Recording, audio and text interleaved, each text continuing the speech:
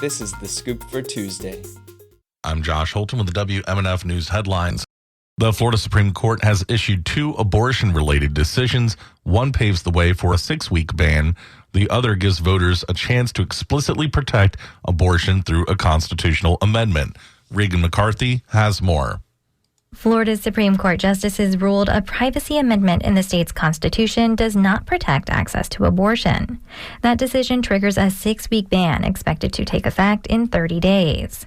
Abortion access advocate Lauren Brinzel says the decision creates a public health emergency in the Southeast. There is nowhere in our southern region to intake Florida's patients. Women will be forced to travel thousands of miles away from their support systems and their own providers. Florida's Republican House Speaker Paul Renner spoke to journalists immediately following the rulings. He calls the amendment extreme and says Florida's Republicans will fight it. For WFSU News, I'm Regan McCarthy. Florida Supreme Court will also allow the state's voters in November to decide whether to legalize recreational use of marijuana. The rulings yesterday reject Attorney General Ashley Moody's arguments that both of the proposed questions should have been rejected. The second measure would allow people over 21 to use marijuana. Florida voters previously approved the use of medical marijuana. The proposed amendments will each require support from 60% of voters to pass. A federal judge has ruled that lawyers representing migrants flown to Martha's Vineyard nearly 2 years ago by Florida Governor Ron DeSantis can sue the charter flight company that flew them to the island off the Massachusetts coast. Now migrants can proceed with their suit against Florida-based Vertol Systems Company. However, the U.S. District Court of Massachusetts did say in its ruling that it does not have jurisdiction over DeSantis in this case. Ivan Espinoza Madrigal, executive director of the Lawyers for Civil Rights, called the ruling a major victory. He said that now private companies can be held accountable for helping rogue state actors violate the rights of vulnerable immigrants through illegal and fraudulent schemes. The Tampa Bay area has received a $1 million grant from the EPA to come up with a climate action plan to reduce greenhouse gas emissions.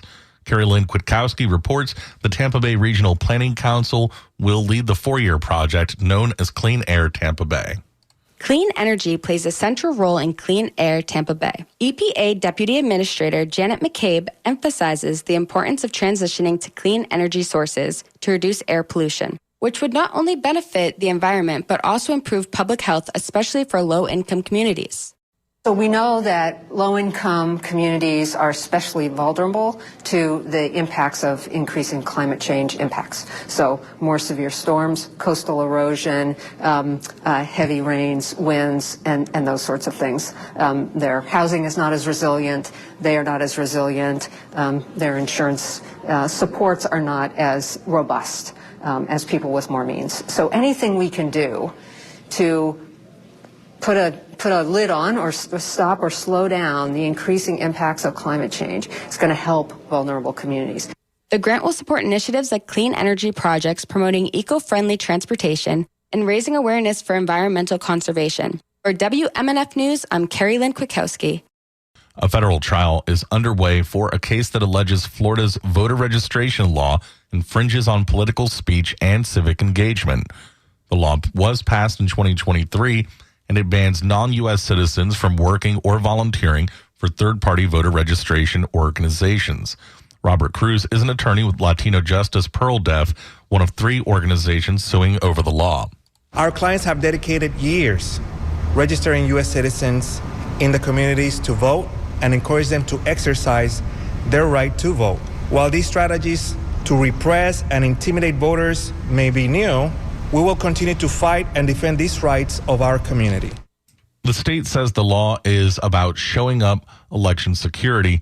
The trial is expected to last about 2 weeks. Part of it has been blocked from taking effect.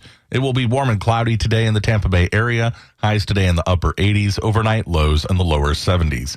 Tomorrow will cool down with potential for severe thunderstorms. I'm Josh Holton with the WMNF News headlines. This is The Scoop, recorded at WMNF Tampa.